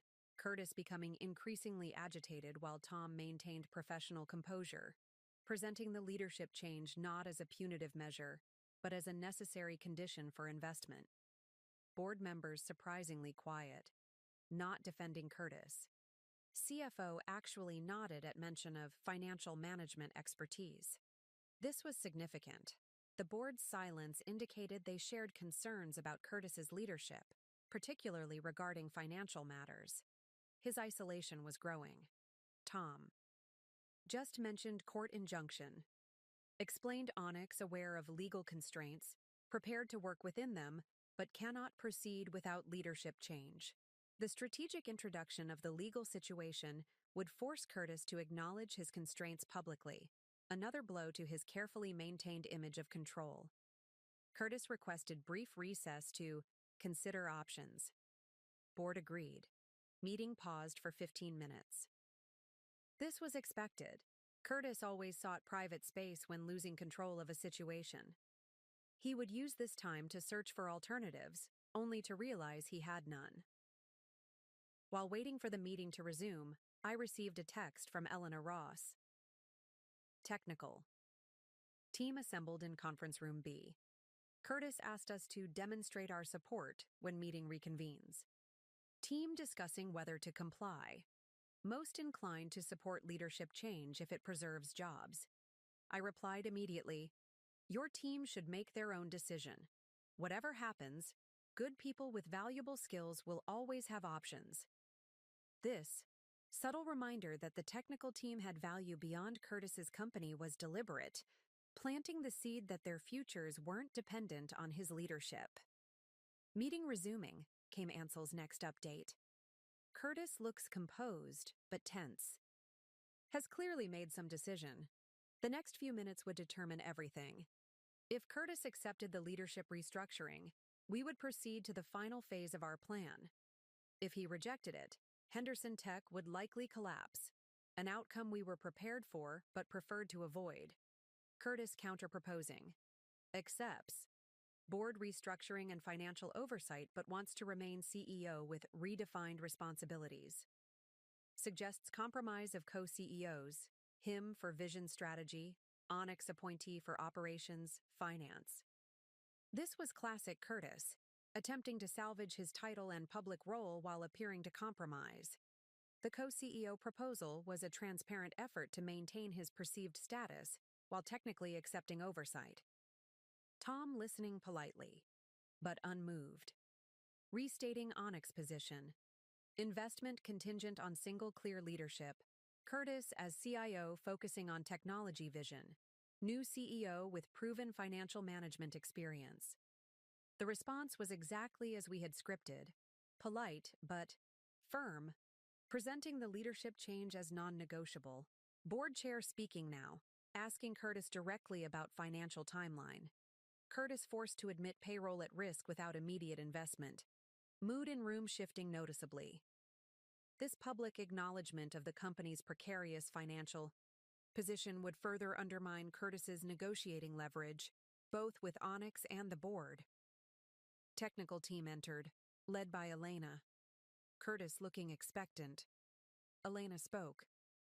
We support whatever structure ensures continuing development of our technology and job security for the team, deliberately neutral.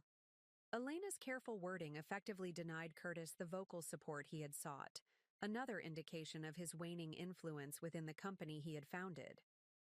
Curtis visibly deflated. Just said, I need to consult with my attorney about the implications for the court injunction. Tom reminded him that any final agreement requires court approval regardless. Curtis was running out of both options and excuses.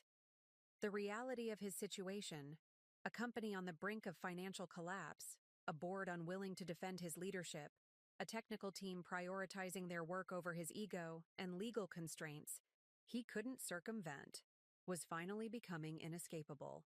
Meeting concluding. Tom presented timeline. 24 hours for Curtis to accept leadership restructuring, 48 hours for court approval of investment terms, funds transferred immediately thereafter. Curtis didn't object. The lack of objection was telling. Curtis was beginning to recognize the inevitability of the changes Onyx was demanding. His options had narrowed to a simple choice: accept the loss of his CEO title or watch Henderson Tech collapse. As the participants filed out of the boardroom, my phone rang unexpectedly. Curtis. After a moment's hesitation, I answered. We need to talk, he said, his voice tense but controlled. Face to face. About the company and the injunction. I'm listening, I replied calmly. Not on the phone. In person. Tonight. Your father's house. I considered briefly. A face-to-face meeting wasn't part of our planned sequence, but it could accelerate the timeline toward our ultimate objective. 8 o'clock, I said, and ended the call. The final confrontation was approaching sooner than expected. I prepared, carefully for Curtis's visit, selecting the setting with strategic precision. My father's study, with its leather-bound law books, his judicial portrait on the wall, and the subtle power its atmosphere conveyed, would be the perfect backdrop for this confrontation. I wore a simple but elegant black dress with a single strand of pearls. My father's gift when I passed the bar exam. My appearance would communicate calm confidence rather than the emotional vulnerability Curtis likely expected. At precisely 8 o'clock, the doorbell rang. I opened the door to find Curtis standing there, his usual polished appearance slightly diminished. His eyes held the wary calculation of a man preparing for battle while trying to project confidence. Thank you for agreeing to meet, he said as I gestured him into the house. Of course, I replied, leading him to my father's study. Would you like something to drink? Coffee? Something stronger? Scotch if you have it, he answered, glancing around the study with visible discomfort. Curtis had always been uneasy in this room, perhaps sensing my father's quiet disapproval of his controlling tendencies. I poured him a measure of my father's premium single malt, and nothing for myself. I needed complete clarity for what was to come, while a slightly relaxed Curtis might be more revealing. You wanted to talk, I said, settling into my father's chair behind the desk. The positioning was deliberate. Curtis would have to sit in, the visitor's chair, a subtle reversal of the power dynamic he had maintained throughout our marriage. Curtis took a sip of scotch before speaking. I assume you've heard about the Onyx Innovations proposal? I kept my expression neutral. I'm aware there's potential investment interest in Henderson Tech. It's more than interest, he replied, leaning forward slightly. It's the company's only viable option at this point. Regent pulled out. Other investors are hesitant because of the public injunction, and we have maybe 2 weeks of operating capital left. I nodded, allowing him to continue outlining a situation I knew more intimately than he did. The problem, he continued, is that Onyx's terms include a leadership restructuring that would remove me as CEO. They claim it's about financial management expertise, but it's really about control. And this concerns you because, I asked, deliberately prompting him to articulate his priorities. Curtis frowned. Because I built Henderson Tech. It's my vision, my leadership that brought it this far. Stepping aside now it would validate misconceptions about my management. There it was. His core concern wasn't the company's survival or the employees' jobs, but his public image and perceived success.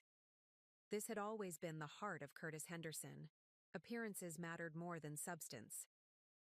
I understand their proposal requires court approval because of the injunction, I said. He nodded. That's why I'm here. The board is pressuring me to accept Onyx's terms, but I wanted to discuss an alternative approach with you first. I'm listening. Curtis set down his glass and leaned forward. If you would agree to lift the injunction specifically for this investment deal, with some modifications to the leadership structure, I would be willing to reconsider the settlement terms. What modifications did you have in mind? I asked, already knowing the answer. A co-CEO arrangement, he replied. I would remain Chief Executive Officer focusing on strategy and vision, while accepting an Onyx-appointed Chief Operating Officer to handle financial and operational matters. I maintained my neutral expression. And the revised settlement terms? 20% of Henderson Tech's current valuation, plus the house and personal property, he offered, as if making a significant concession. That's double my initial proposal. I allowed silence to fill the room, watching Curtis grow increasingly uncomfortable as I considered his offer. Finally, I spoke. Curtis, do you know why Judge Johnson granted the injunction in the first place? He shifted slightly. Because your lawyer made compelling arguments about financial disclosure, which I've now provided. Partially, I acknowledged. But more fundamentally, because there was clear evidence that you were attempting to undervalue marital assets while simultaneously presenting a different valuation to potential investors. Curtis stiffened. That's not... It is, I interrupted calmly. The financial disclosures you finally submitted under court order reveal offshore accounts, systematic undervaluation of company assets, and questionable financial management that you deliberately concealed in your initial filing. His expression tightened as he realized I had more detailed information than he'd anticipated. The forensic accountant's analysis indicates Henderson Tech's actual value is approximately 40% higher than what you claimed in your divorce filing, I continued. Which makes your generous offer of 20% still significantly less than what would be considered fair division of marital property. Curtis's face hardened. You've been investigating me. I've been protecting my interests, I corrected. Interests that you dismissed when you texted me divorce papers during my father's funeral. He had the grace to look momentarily uncomfortable. The timing was unfortunate. But that doesn't change the current reality. Henderson Tech needs this investment to survive, and Onyx won't proceed without leadership changes that I find unacceptable. I studied him for a moment. What exactly are you asking me to do, Curtis? Work with me on a counterproposal to Onyx, he said, leaning forward earnestly. One that preserves my position as CEO while addressing their concerns about financial management. If we present a united front, with you agreeing to lift the injunction for this specific deal, They'll have to consider our terms. It was a revealing request. Even now, facing company collapse, Curtis was focused on maintaining his title and status rather than securing the investment on whatever terms would save Henderson Tech. "And if I refuse?" I asked quietly. His expression darkened. "Then Henderson Tech will likely fail within weeks. 50 people will lose their jobs. The company we built together will disappear. And your settlement, whatever percentage you ultimately receive, will be worth nothing." The implied threat was clear, yet also deeply revealing of Curtis's fundamental misunderstanding of my priorities. "You still don't understand what matters to me, do you?" I said, my voice remaining calm. "You think this is about money, about what percentage of Henderson Tech I receive in the divorce?" Curtis looked confused. "Isn't it? Why else would you push for financial disclosure and fight the settlement?" I shook my head slightly. "Because accurate valuation is about recognition of contribution, not just financial compensation. It's about acknowledging that Henderson Tech was built on my sacrificed career, my connections, my support, my ideas that you routinely claimed as your own." His expression shifted to something between defensiveness and realization. "Curtis, I will not help you maintain a CEO position that you've demonstrated you don't deserve. Not because of spite or revenge, but because it wouldn't serve the company, its employees, or its technology." I stood, indicating our meeting was concluding. "I suggest you accept Onyx's terms. A successful chief innovation officer is far better than a failed CEO." As I escorted him to the door, Curtis turned to face me, his expression a complex mixture of anger, confusion, and dawning comprehension. "You've changed," he said, almost accusingly. "No," I replied simply. "I've always been this person. You just never bothered to see it." After he left, I called Ansel to update him on the meeting. "Curtis tried to convince me to help him counter Onyx's leadership terms," I explained. I declined. "Will he accept our terms by tomorrow's deadline?" Ansel asked. "He'll fight until the last possible moment," I replied. "But ultimately, he'll have no choice. His ego won't allow him to be the CEO who let Henderson Tech fail." The countdown to the final revelation had begun. The 24-hour deadline Onyx had given. Curtis was approaching. From my father's study, I monitored developments through my network of strategic allies at Henderson Tech. Elena Ross texted first. Curtis called emergency executive team meeting at 7 a.m., reviewing all options, looking increasingly desperate. Asked about alternative investors. Finance team confirmed none available within required time frame. Curtis would be searching frantically for any alternative to accepting Onyx's terms. His identity was so thoroughly entwined with his CEO title that surrendering it felt like an existential threat rather than a simple change of responsibilities. Ansel called mid-morning with an update from his sources on the board. 2 board members have independently contacted Onyx to express support for the leadership restructuring. They're prioritizing company survival over Curtis's ego. "Any indication of his decision?" I asked. "He's still resistant, but running out of alternatives."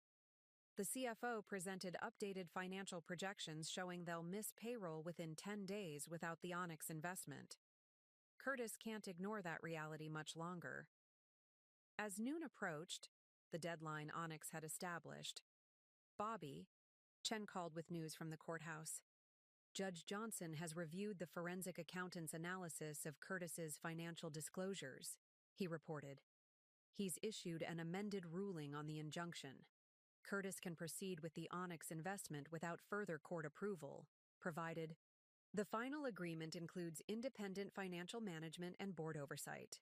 "That removes his last excuse," I noted. "Exactly.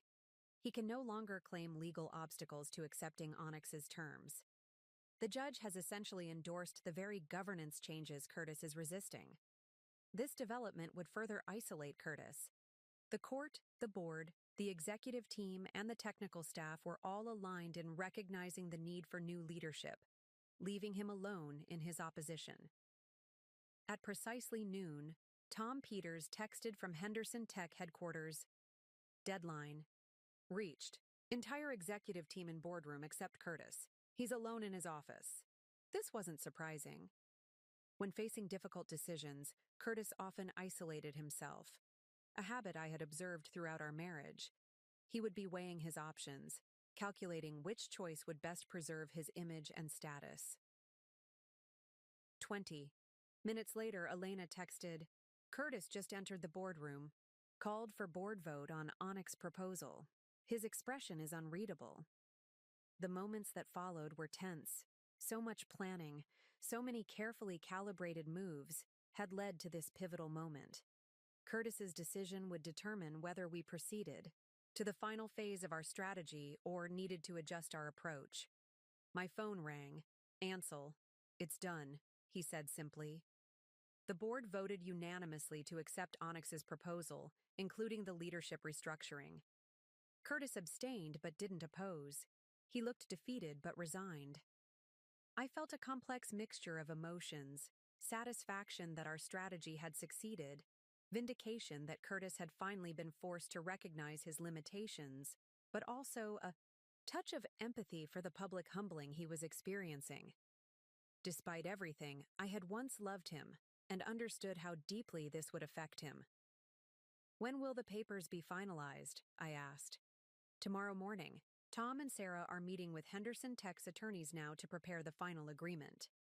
Curtis will sign as CEO for the last time, then transition immediately to Chief Innovation Officer. And the financial transfer? Scheduled for tomorrow. Afternoon, contingent on signatures. The employees will be paid on time. That was important to me. Throughout this process, I had insisted that Henderson Tech's staff, particularly the technical team who had created its innovative technology, should not suffer for Curtis's mismanagement or my response to it. It's time for the final phase, I said. Arrange the meeting as we discussed. Ansel paused. Are you sure about the timing? We could wait until after the signatures, when everything is legally binding. No, I replied firmly. Curtis needs to understand exactly who he's dealing with before he signs, not after. He should make his final decision with full knowledge. As you wish, Ansel said. I'll set it up for this evening. After ending the call, I spent some time in quiet reflection. The carefully orchestrated strategy that had begun in the aftermath of my father's funeral was approaching its culmination. Each step had been meticulously planned, each reaction anticipated, each contingency prepared for. Yet the final revelation, the moment when Curtis would learn who was really behind Onyx, innovations, contained an element of unpredictability that strategy alone couldn't control. It would be a human moment, raw and unscripted. My father had often spoken about such moments in his courtroom. The law provides the framework, he would say, but justice happens in the human moments, when truth is recognized, when reality replaces illusion. Tonight would be such a moment. My phone buzzed with a text from Tom Peters. Final agreement drafted. Curtis asked one last modification. Public announcement to frame leadership change as his strategic decision to focus on innovation. Legal team accepting this face-saving measure as it doesn't alter substantive terms. This was perfectly consistent with Curtis's character, concerned with public perception even in defeat. I had no objection to this small concession. My objective had never been public humiliation, but recognition and transformation. Later that afternoon, Ansel confirmed the EI evening meeting, 7 p.m. at Whitman Venture Capital offices. Curtis told its final review with Onyx principals before tomorrow's signing. He's agreed to attend alone as requested. Everything was in place. I spent the remaining hours preparing myself mentally and emotionally for the confrontation to come. This wouldn't be about revenge or triumph. It would be about truth and recognition. I selected my outfit carefully. A tailored charcoal suit with subtle purple accents, professional yet distinctly feminine. My father's watch would complete the I-E ensemble, a reminder of his influence on my sense of justice and timing. As I dressed, Elena texted one final update. Curtis just addressed the executive team, announced he's chosen to step aside as CEO to focus on technology innovation, claimed it was his decision to bring in financial expertise through Onyx partnership. Team trying to maintain professional expressions, but many exchanged glances. I smiled slightly at this last attempt to control the narrative. Even now, facing the undeniable reality of his situation, Curtis was trying to frame his forced concession as a strategic choice. That illusion, like so many others, would end tonight. At 6:30 p.m., I left my father's house for the Whitman venture. Capital offices, where Curtis would finally learn the true identity of the mysterious investor who had orchestrated the transformation of his company and his position. The moment of revelation was approaching. The Whitman Venture Capital offices occupied the top floor of the city's most prestigious business tower. I arrived first, as planned, entering through the private executive elevator that bypassed the main reception area. Ansel was waiting for me in the conference room we had selected for this meeting. "Everything is prepared," he said, gesturing to the elegant room with its sweeping city views. "Tom and Sarah are in the adjacent office, ready to join after the initial conversation." I nodded, taking a seat at the head of the conference table, a position carefully chosen for its psychological impact. "And Curtis?" "On his way up. Reception just called." Ansel studied me with concern. "Are you certain about this approach? We could still have Tom deliver the news, with you joining afterward." "No," I replied firmly. "This needs to be direct. From me to him, no intermediaries." Ansel nodded, understanding. "I'll be next door with the team if you need anything." As he left, I placed my father's legal notepad before me, alongside the bound investment agreement that Curtis expected to review tonight and sign tomorrow. Everything was in place. Minutes later, I heard the elevator chime, followed by muffled voices in the reception area. Then the conference room door opened, and Curtis stepped inside, his expression shifting from professional composure to utter shock as he registered my presence. He froze in the doorway, confusion evident on his face. "Ayami? What are you... Where... Are the Onyx representatives?" I met his gaze directly. "They'll join us shortly. Please sit down." Curtis remained standing, his confusion transforming rapidly to suspicion. "If this is some attempt to interfere with the investment, it's not interference," I interrupted calmly. "It's clarification. The investment will proceed as agreed. The terms remain unchanged. There's simply one detail you should understand. Before signing..." His eyes narrowed. "What detail?" "Who you're really making a deal with." I gestured to the chair across from me. "Please, sit." Reluctantly, Curtis took the seat, his body language tense, defensive. "Curtis," I began, my voice steady, "Onyx Innovations is a shell company created specifically to invest in Henderson Tech Solutions. It has one principal investor who will control the board seats and appoint the new CEO." He leaned forward, irritation visible. "I'm aware of the structure. What's your point?" "My point is the identity of that principal investor." I paused, holding his gaze. "It's me." The silence that followed was absolute. Curtis stared at me, his expression cycling through disbelief, confusion, and dawning comprehension. That's not possible," he finally managed. "I assure you it is." I slid a document across the table, the ownership structure of Onyx. Innovations with my name clearly listed as principal. Onyx was created through Whitman Venture Capital at my direction, funded with my inheritance from my father, and designed specifically to restructure Henderson Tech's leadership. Curtis's face drained of color as the implications sank in. You engineered all of this? The investment proposal? The leadership restructuring? The board changes?" "Yes." "Why?" he asked, his voice barely audible. "Because you sent me divorce papers during my father's funeral, dismissing my contribution to building Henderson Tech, undervaluing our marital assets, and assuming I would be too devastated to respond effectively, I kept my tone matter-of-fact rather than accusatory. You miscalculated. Curtis sat back heavily in his chair, the full reality of the situation finally hitting him. So, this was all about revenge. No, I corrected. It was about recognition and transformation. The company needed proper financial management and accountability. The technical team deserved leadership that valued their contributions. The board needed independent voices. I paused. And you needed to understand exactly who you were dismissing when you sent those divorce papers. His expression shifted as he processed this information, anger giving way to something more complex. The judge's ruling, the forensic accountant, Elena and the technical team, were they all part of your plan? The plan leveraged existing realities, I explained. The financial mismanagement was real. The technical team's frustration was real. Judge Johnson's concerns about your disclosures were based on actual evidence. I simply created circumstances where those realities became impossible to ignore or conceal.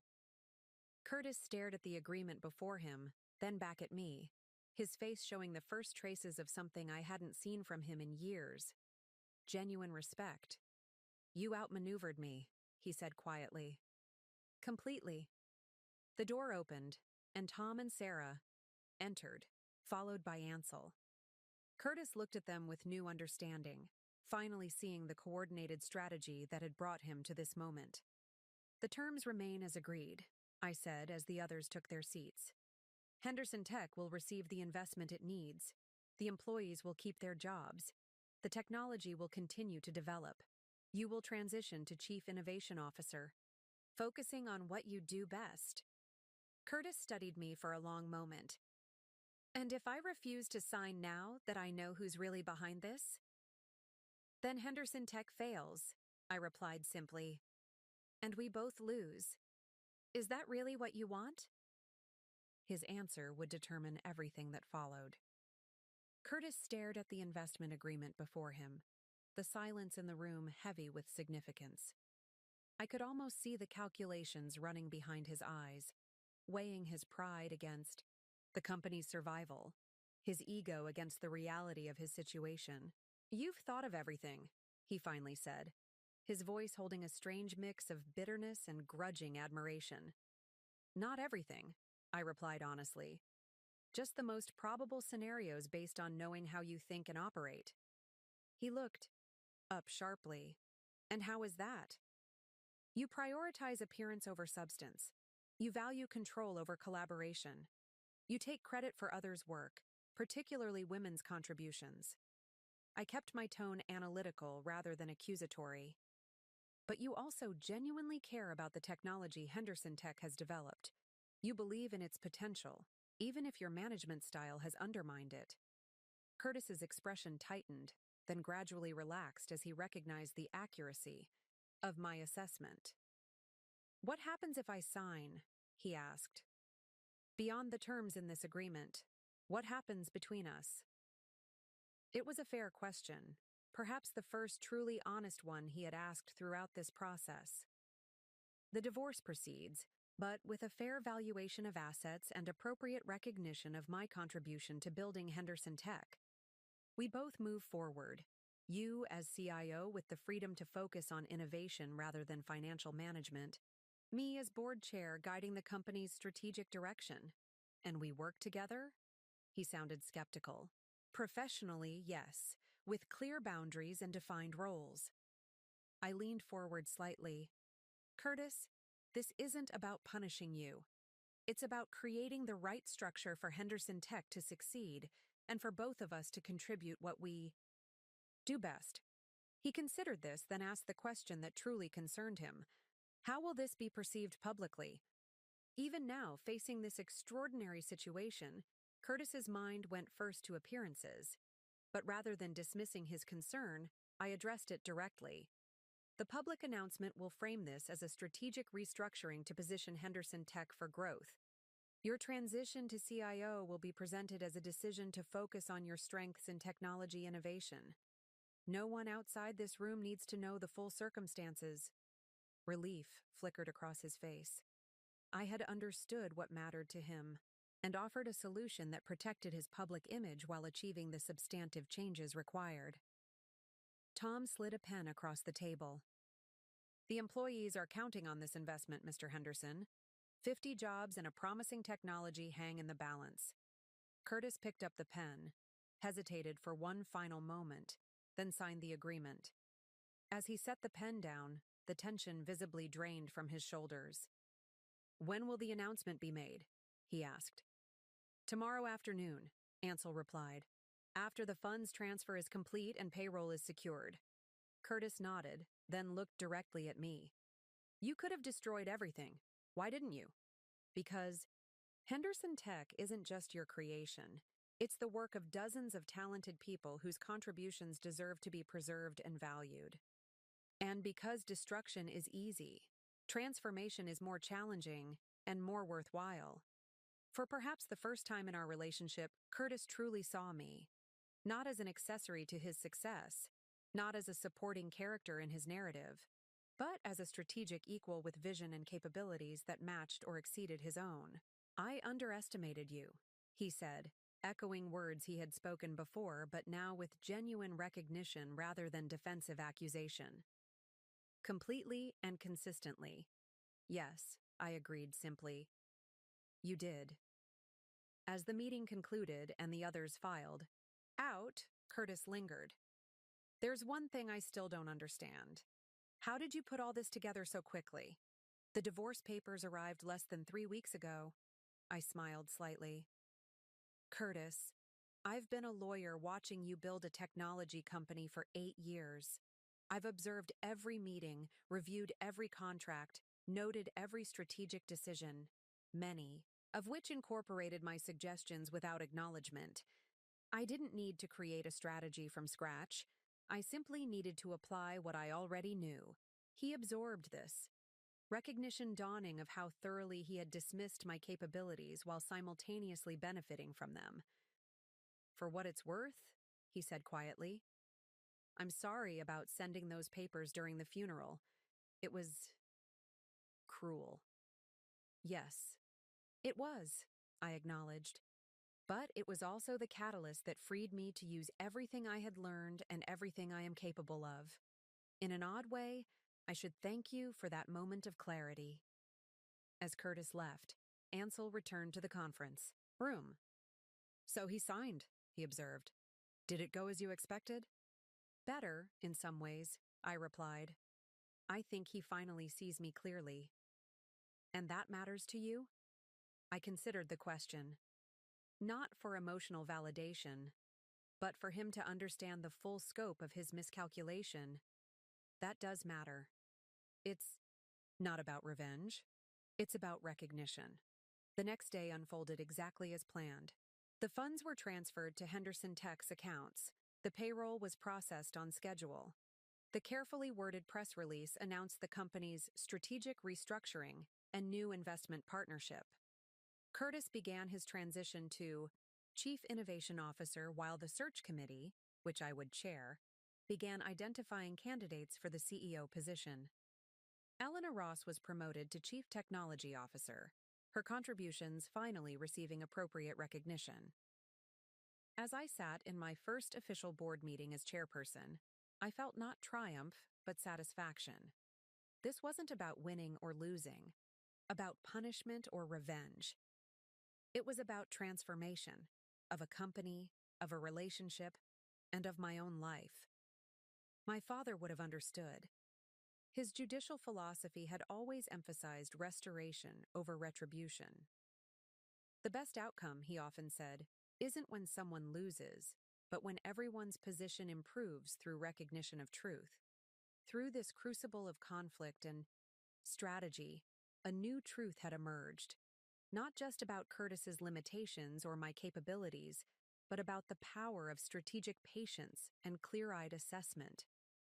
The woman who had received divorce papers at her father's funeral had transformed into someone new, yet also someone who had been there all along, waiting for recognition.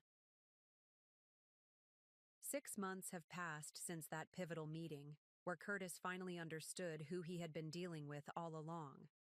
Henderson Tech has transformed under new leadership, with our technology finally receiving the recognition and market adoption it deserves. Curtis has found his place as Chief Innovation Officer, focusing on what he truly does best without the pressures of financial management. The divorce was finalized 3 months ago, with a fair settlement that recognized my contribution to building the company.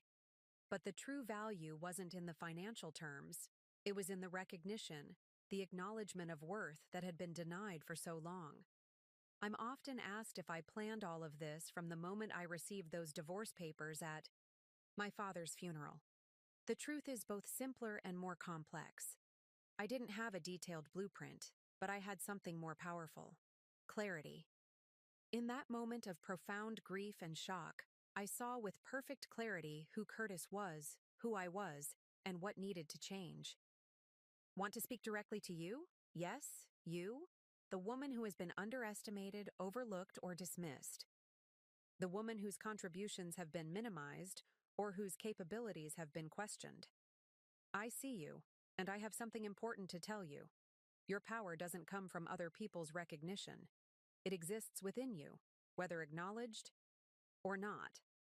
The skills you've developed while supporting others, the insights you've gained while being overlooked, the strategies you've learned while navigating difficult relationships, these are not lesser abilities. They are profound strengths waiting to be deployed. When someone underestimates you, they're not defining your limits. They're revealing their own perception gaps. Those gaps aren't your burden to bear.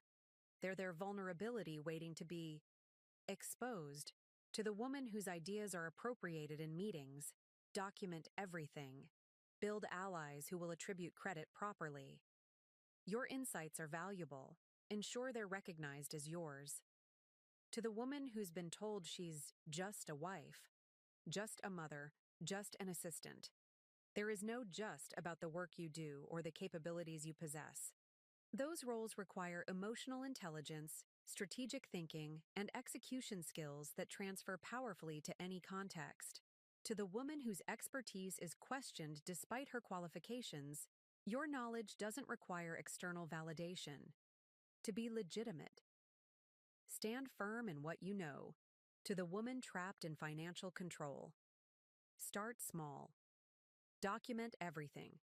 Build knowledge and resources incrementally.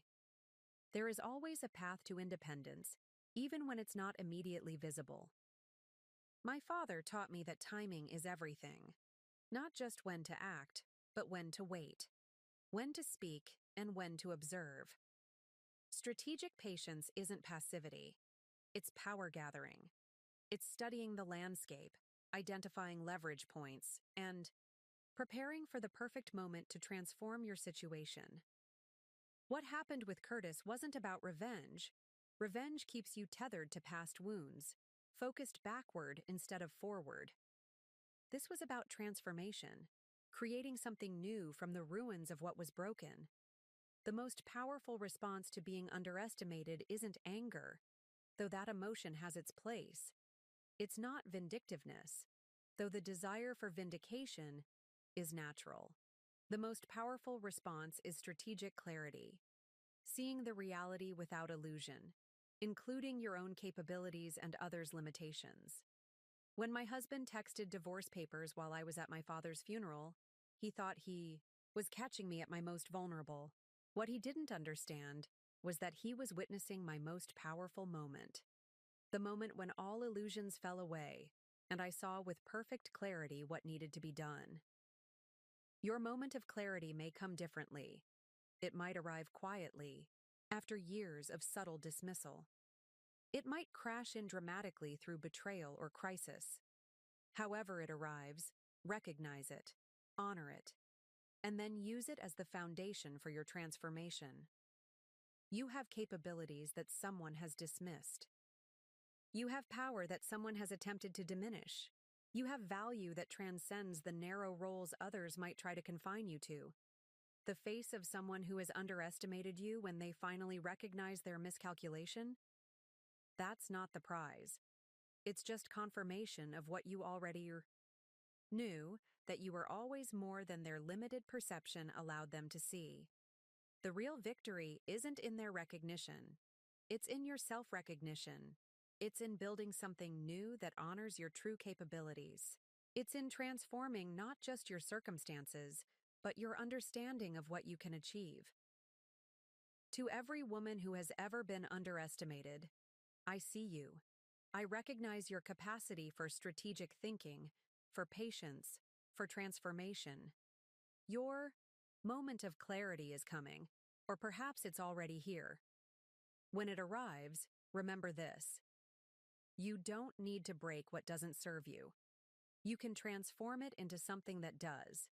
And in that transformation, you will find not just revenge, not just vindication, but something far more powerful. Your true potential unleashed. That is the greatest empowerment of all. Up next, you've got 2 more standout stories right on your screen.